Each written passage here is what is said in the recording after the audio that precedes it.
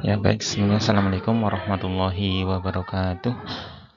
Ya alhamdulillah pada sore hari ini kita bisa melanjutkan materi kaitannya dengan mata kuliah farmakoterapi herbal. Ini masuk di materi screening ketoksikan obat bahan alam. Ya ini terkait obat herbal atau obat bahan alam. Ini kaitannya dengan tingkat keamanan. Ini sebenarnya mirip dengan obat apapun atau obat kimia yang lain. Ya dimana kaitannya dengan sama-sama meminum ya senyawa kimia, karena di dalam tanaman pun ada senyawa fitokimia. Jadi ada senyawa kimia yang ada di dalam tanaman tersebut. Jadi efeknya pun ada yang aman, ada yang tidak. Ya, bahkan beberapa tanaman ada yang memang sudah ada zat yang toksik di dalamnya. Ya, ini kaitannya dengan pemberian obat herbal ya atau obat bahan alam. Ini juga harus memenuhi asas rasionalitas, penggunaannya juga harus rasional, kemudian dapat dipertanggungjawabkan ya seperti obat konvensional atau obat kimia. Ini faktor farmakologi seperti efek yang tidak diinginkan nanti juga perlu diwaspadai. Ada beberapa juga dikontraindikasikan. Tapi memang masih banyak informasi yang belum didapatkan atau belum ada data. Ya, ini juga ada beberapa yang sudah diketahui interaksi obatnya. Ini juga rata-rata memang sebaiknya diberikan dalam bentuk tunggal atau kombinasi, tapi untuk pengobatan rata-rata untuk obat bahan alam ya dengan kombinasi. Ini kaitannya dengan tujuan pemberian obat bahan alam atau obat herbal dalam bentuk kombinasi. Ini memberikan efek aditif ya, efek yang sinergis. Jadi efeknya lebih maksimal lagi, kemudian mengurangi efek yang tidak diinginkan atau efek samping, kemudian meningkatkan tingkat kenyamanan. Ada kalanya rasanya jadi lebih enak atau aromanya jadi lebih baik lagi. Ya. Ya, kemudian ini terkait obat bahan alam juga memang syaratnya sama dengan obat kimiawi atau obat sintetik, di mana syaratnya ya harus berkhasiat dan harus aman. Ya, kalau hanya memenuhi salah satunya tidak bisa digunakan untuk pengobatan. Ya, nanti terkait khasiat sudah ada ya uji farmakologinya dari dibandingkan dengan placebo atau misalnya sudah diteliti secara ilmiah. Atau khasiatnya juga kalau untuk jamu sih sudah dipercaya secara turun-temurun. Ya, kaitannya dengan keamanan ini juga sumber ketidakamanan bisa dari tanaman itu sendiri, ada juga sumber ketidakamanan berasal dari luar atau terkontaminasi dari zat-zat yang toksik. Ada juga karena ya interaksi, ya ketidakamanannya karena interaksi dengan zat-zat yang lain atau dengan obat yang dikonsumsi atau dari senyawa-senyawa yang di dalam yang dikonsumsi oleh tubuh kita. Ini beberapa sumber ketidakamanan yang berasal dari tanaman itu sendiri, karena tanaman itu mengandung zat-zat yang toksik, ya misalnya ketela pohon atau Manihot utilissima. Ini terutama beberapa senyawa dari Manihot, ya itu ada yang memang lebih tinggi gas sianidanya atau senyawa glikosida yang masuk dalam termasuk sianida. Ini biasanya ada yang keracunan, bahkan pada ternak pun ada yang setelah mengkonsumsi misalnya bagian dari ketela pohon, entah itu daunnya, entah itu rimpangnya, umbinya, itu keracunan. Ya. Kemudian tanaman orok-orok, ini biasanya tanaman yang rumput liar, ya, yang ada di pinggir jalan atau di lapangan itu muncul, ya ada orok-orok. Ini juga dia hepatotoksik, toksik pada hati. Ya, nanti perlu diwaspadai. Biasanya kalau misalnya biasanya sih masuknya kalau tidak sengaja tercampur. Ya, ini dalam pemanenan simplisia. Ya, kemudian ini ada contoh yang lain. Ya, ada ini tanaman Simpitum. Ini kaitannya dengan yang ini sih gambarnya seperti rumput. Ya, ini juga perlu diwaspadai, beberapa yang sudah ada penelitiannya, ternyata memang tanaman itu yang punya efek toksik. Kemudian ini beberapa tanaman yang memang ada efek toksiknya, misalnya pada Abrus precatorius itu ada di bagian bijinya, bahkan dari Badan POM melarang untuk pengobatan. Ya, jadi sudah ada tanaman-tanaman, silahkan bisa merujuk ke peraturan Badan POM, keputusan Badan POM terkait larangan beberapa tanaman yang digunakan untuk pengobatan karena punya efek toksik. Ya, atau misalnya ini Papaver somniferum, bahkan di undang-undang narkotika itu dilarang, ya, nanti dilarang untuk digunakan untuk pengobatan. Ya, jadi kan melanggar undang-undangnya, apalagi kalau peraturannya dari undang-undang. Ya, tentunya karena efek kecanduannya masih sangat tinggi. Ya, jadi memang dilarang, bahkan ada di undang-undang. Ya, kemudian ini sumber ketidakamanan yang berasal dari luar. Ya, ini misalnya dari pestisida. Sekarang kan penggunaan pestisidanya sangat tinggi. Ya, ini potensi tinggi terkontaminasi ke Simplicia tersebut. Ya, kemudian kontaminasi dari proses distribusi ataupun proses produksi. Misalnya untuk obat tradisional, ya dalam proses pengeringan atau misalnya saat sortasi basah, sortasi kering itu ada yang tercampur. Ini kan bisa ya, kalau misalnya yang tidak bersifat toksik. Kalau yang toksik ini kan akan beracun, ya. Atau misalnya dari jamur atau bakteri, barangkali proses pengeringannya kurang sempurna, kadar airnya masih tinggi di atas 10%, ya saat disimpan kan bisa tumbuh bakteri, tumbuh jamur. Saat penggunaan itu potensi untuk keracunan, ya, ataupun nanti tercemar dalam logam berat. Biasanya untuk tanaman-tanaman yang ditanam di daerah-daerah yang terkontaminasi itu ada logam berat yang terakumulasi di tanaman tersebut. Ya, bahkan waktu itu pernah viral waktu di suatu tanaman ada kandungan emasnya. Ya, karena memang ditanam di lokasi tempat penambangan emas. Ya, sempat viral waktu itu. Itu juga ya potensial. Nanti juga untuk persyaratan Simplicia itu ada yang dicek kadar cemaran logam beratnya. Ya, ini beberapa interaksi yang karena adanya interaksi dari sisi farmakokinetik. Farmakokinetik itu kan mencakup ya entah itu di proses absorpsi ataupun distribusi ataupun metabolisme dan ekskresi. Ya, rata-rata cuma untuk data ini belum banyak. Jadi hanya beberapa tanaman saja yang sudah ada datanya, tapi mayoritas masih belum diketahui. Jadi karena belum diketahui, rata-rata untuk mengkonsumsi obat bahan alam itu kita rekomendasikan untuk dijeda setidaknya 2 jam dengan obat-obat kimia lainnya, karena memang belum ada datanya. Ya, kalau yang sudah diketahui sih kita bisa antisipasi, ya. Ya, ini misalnya salah satu contohnya, ini ada Hypericium perforatum. Ini akan menginduksi glycoprotein, akan menurunkan absorpsi dari dikoksin kalau digunakan bersama. Jadi ya kalau masih dalam proses absorpsi masih bisa diantisipasi, atau misalnya masih bisa dilakukan pencegahan, yaitu dengan di jeda waktu minumnya. Kan kalau misalnya tidak ketemu di saluran cerna, proses absorpsinya ya tidak akan terganggu. Ya, ini misalnya yang lain, ini ada ini terjadinya pada obat yang bekerja mirip atau sama dengan obat herbal. Ya, nanti ya misalnya pada pemberian obat yang memiliki efek antiplatelet atau ini dengan antikoagulan, yang satu menghentikan pendarahan, satu untuk mencegah pendarahan. Ini kan nanti akan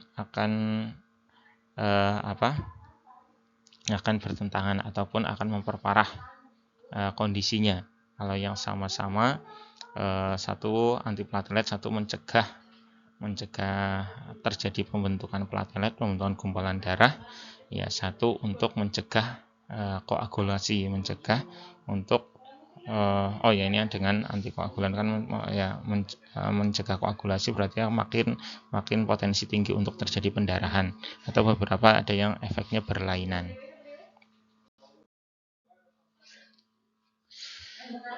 Ya, kemudian ini untuk pengelompokan obat bahan alam berdasarkan risiko potensial atau efek yang tidak diinginkan. Ini satu, ada obat herbal yang sangat potensial. Ini memiliki efek yang tidak diinginkan cukup tinggi. Kebanyakan kelompok ini dalam bentuk isolat. Ya, ini kemudian yang kedua, obat herbal yang menimbulkan efek yang tidak diinginkan yang digunakan melebihi dosis yang ditentukan.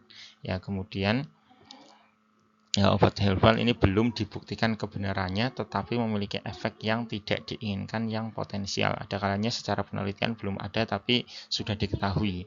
Ini kalau untuk kenapa kok kita direkomendasikan kalau kaitannya dengan obat bahan alam, kita lebih diupayakan itu sudah digunakan turun-temurun oleh masyarakat. Walaupun belum ada pembuktian secara ilmiah, tapi kalau sudah digunakan dalam jangka waktu yang panjang, itu kan otomatis tingkat keamanannya sudah terjamin. Ya.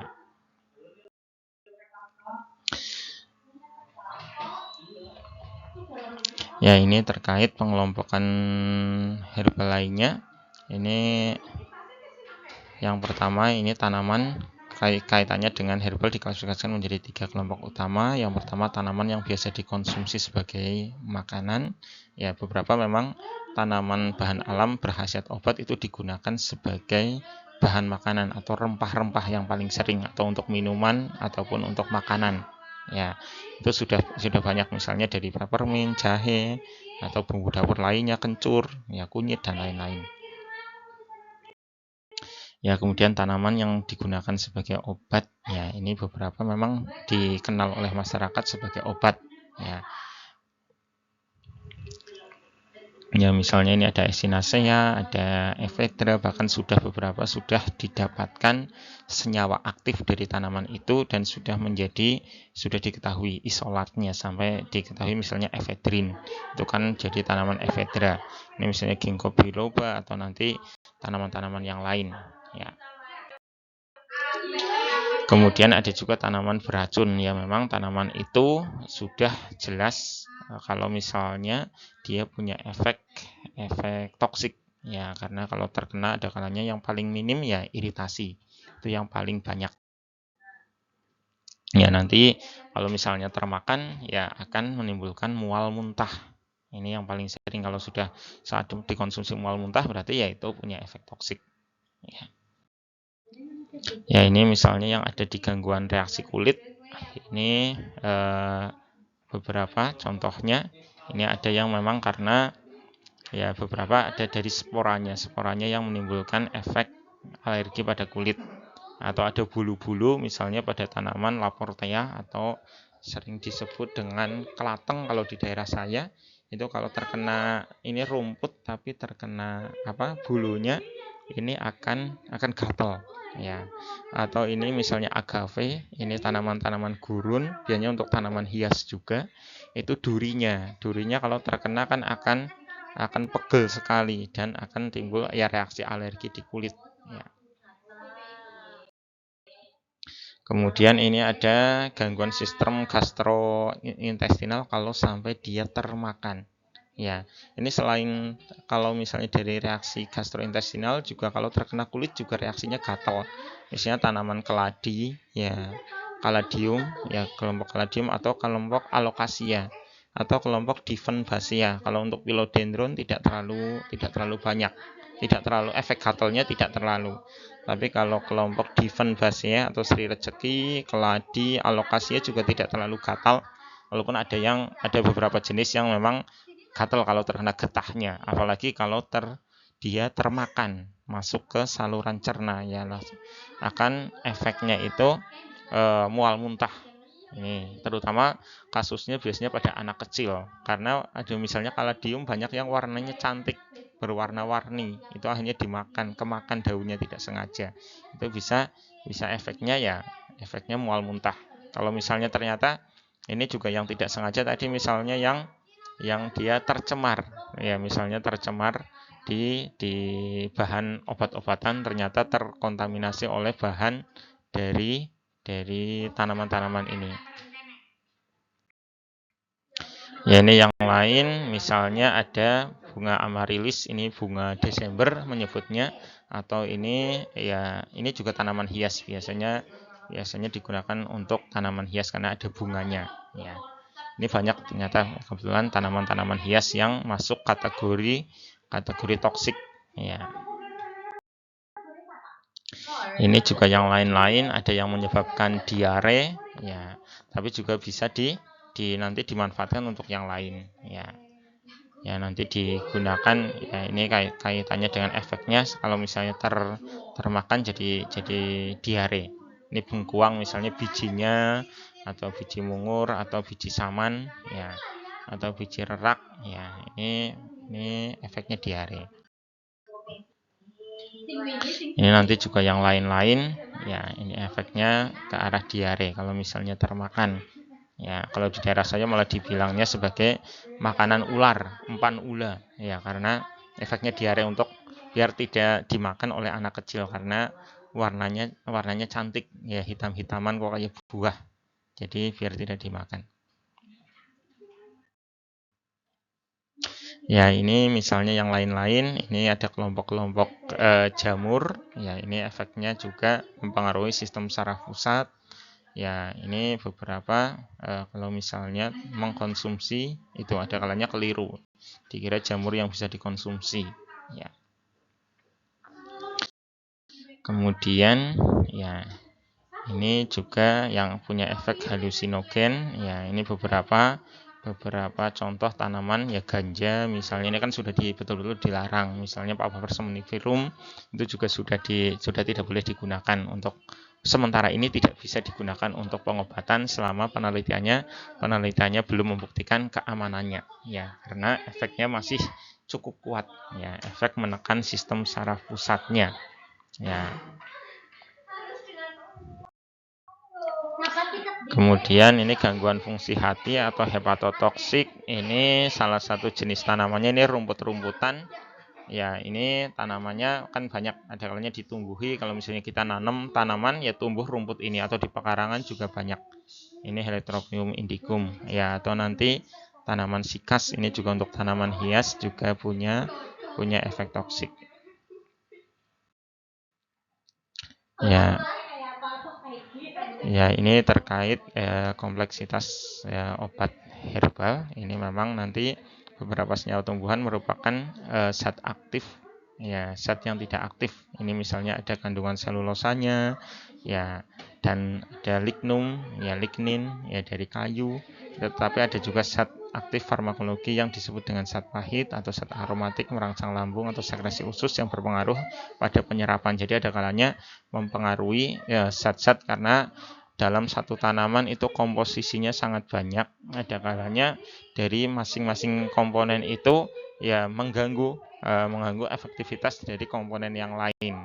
Ya, ini yang perlu nanti dikaji dan diwaspadai.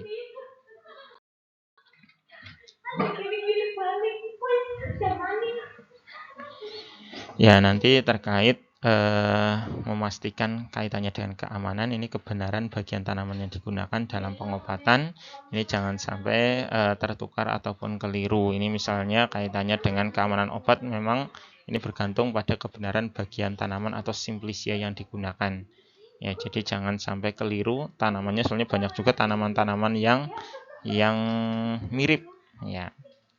Bahkan salah, ya, beberapa dipalsukan kasus-kasus untuk simplicia, penjualan simplicia kering atau bahan baku obat tradisional atau obat bahan alam.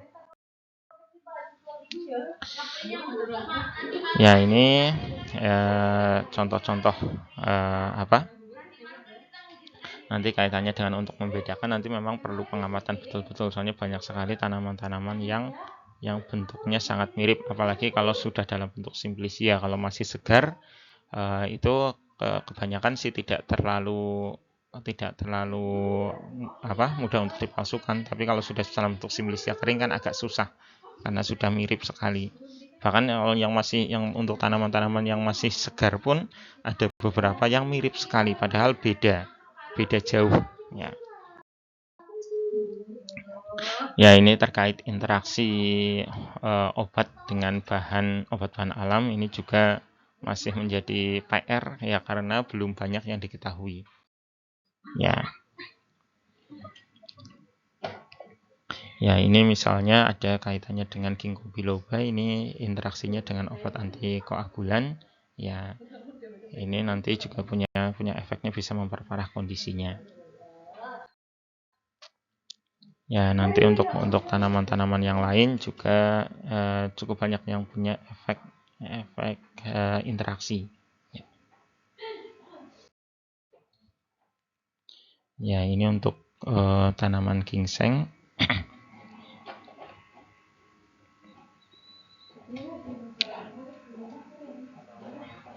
Ya, ini misalnya juga sama dengan antikoagulan, dia mempengaruhi juga. Sudah ada laporan kaitannya dengan interaksi yang terjadi.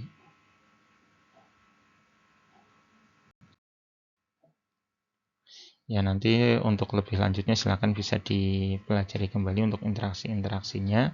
Kemudian saya lanjut saja ke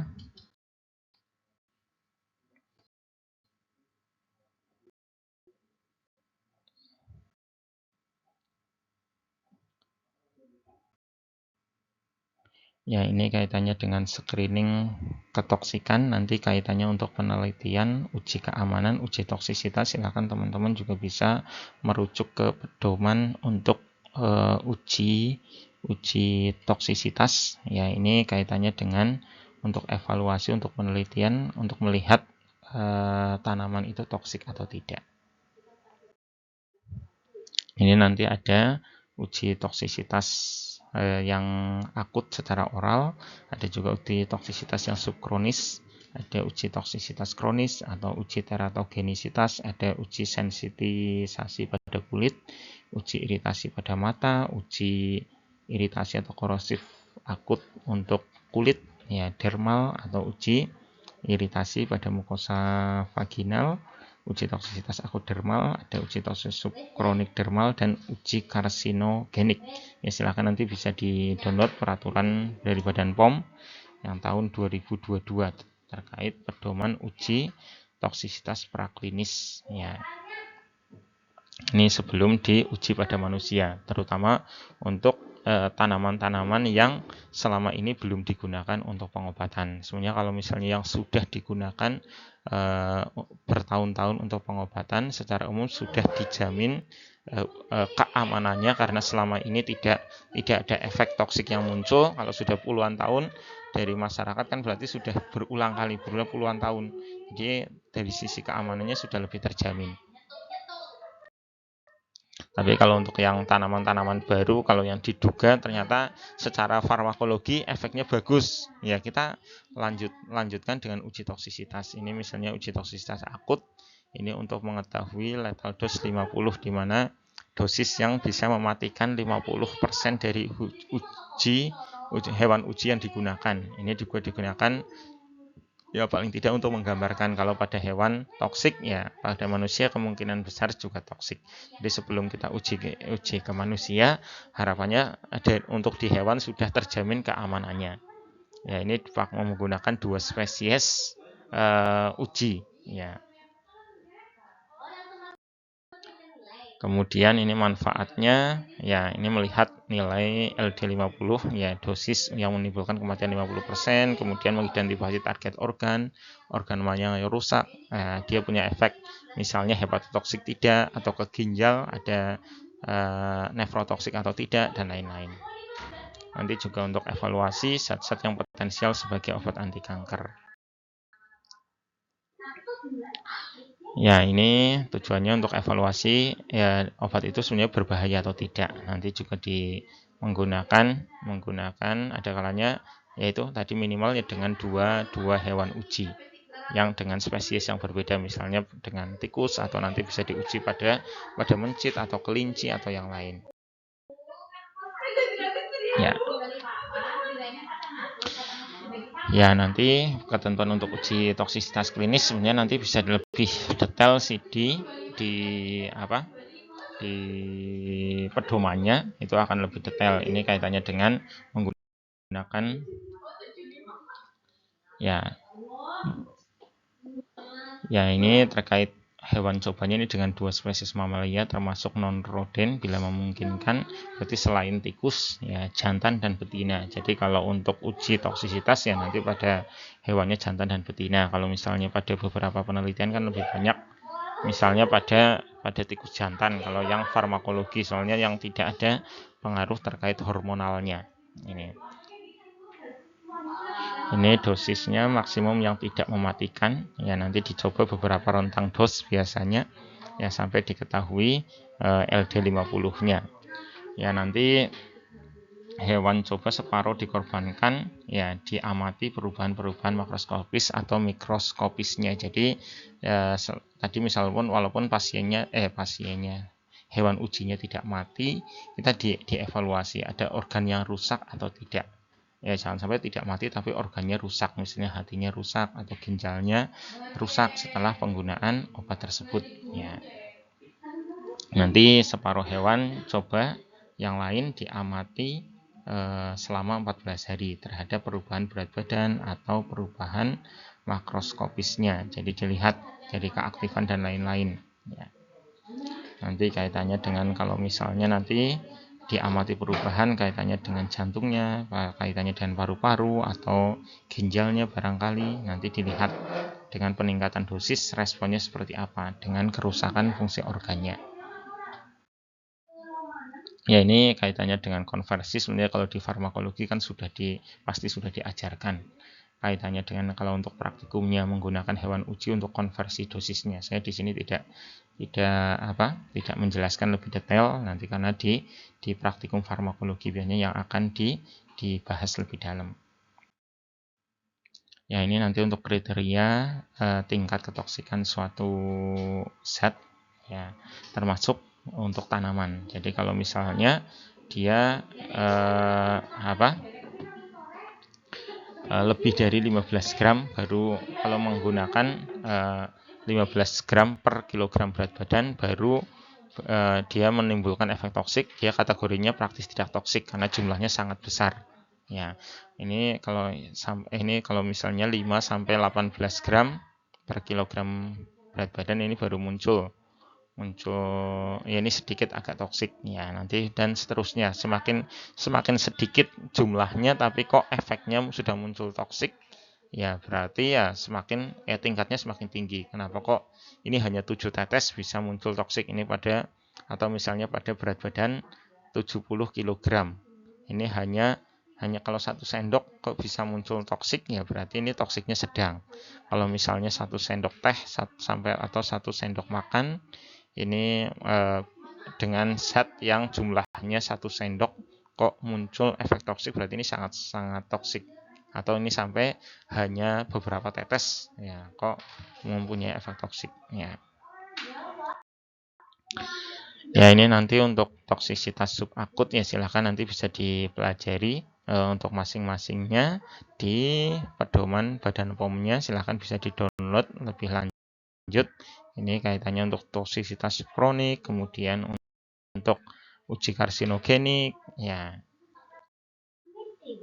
Soalnya ada beberapa tanaman juga yang punya efek karsinogenik ya, ternyata diketahui punya efek karsinogenik sehingga tidak boleh digunakan untuk pengobatan ya. Ini cuma untuk tingkat penelitian untuk S1 sih sangat jarang dilakukan ya, karena perlu jumlah yang cukup banyak dan waktu yang lama.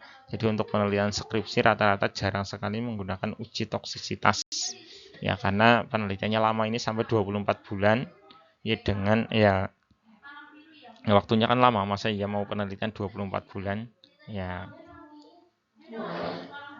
Ya nanti kan perlu waktu yang lama. Jadi apalagi uji klinis rata-rata sangat jarang dilakukan untuk penelitian tingkat sarjana. Jadi ini untuk sebatas pengetahuan saja. Nanti setelah ada obat bahan alam yang dinyatakan aman untuk pengobatan, tadi uji praklinis pada hewan itu sudah aman, nanti dilanjutkan dengan uji klinis fase 1 dengan sukarelawan sehat. Kalau nanti uji klinis fase 2 pada orang sakit, kemudian pada fase yang ketiga pada pasien sesungguhnya dengan jumlah yang relatif besar ya, sama-sama orang sakit tapi jumlahnya lebih banyak. Yang fase 4 baru setelah obat itu lolos uji izin edar. Jadi kalau untuk keunggulannya, kenapa kok kita lebih banyak program pemerintah itu untuk saintifikasi jamu, nanti dibahas di pertemuan terakhir kaitannya saintifikasi jamu, karena bisa langsung loncat ke uji klinis fase 2. Jadi langsung diujikan pada orang sakit karena sudah terjamin keamanannya, karena sudah digunakan bertahun-tahun oleh masyarakat. Syaratnya ya dengan menggunakan ramuan bahan alam yang sudah turun-temurun digunakan. Syaratnya itu sudah berdasarkan hasil studi etnobotani. Ya, jadi bisa langsung lanjut ke langsung digunakan, langsung uji klinis fase 2. Langsung pada digunakan untuk diberikan ke pasien dan dievaluasi nanti khasiatnya seperti apa. Jadi itu salah satu tujuan dari saintifikasi jamu. Ya. Ya, kurang lebih itu terkait untuk screening ketoksikan. Silakan nanti untuk lebih detailnya lagi teman-teman bisa dipelajari lagi, dibaca lagi pedoman terkait screening ketoksikan atau misalnya tanaman-tanaman yang punya efek toksik. Ya, mungkin kurang lebihnya dari saya. Mohon maaf untuk perkuliahan pada sore hari saya cukupkan. Wabillahi taufiq wal hidayah. Assalamualaikum warahmatullahi wabarakatuh.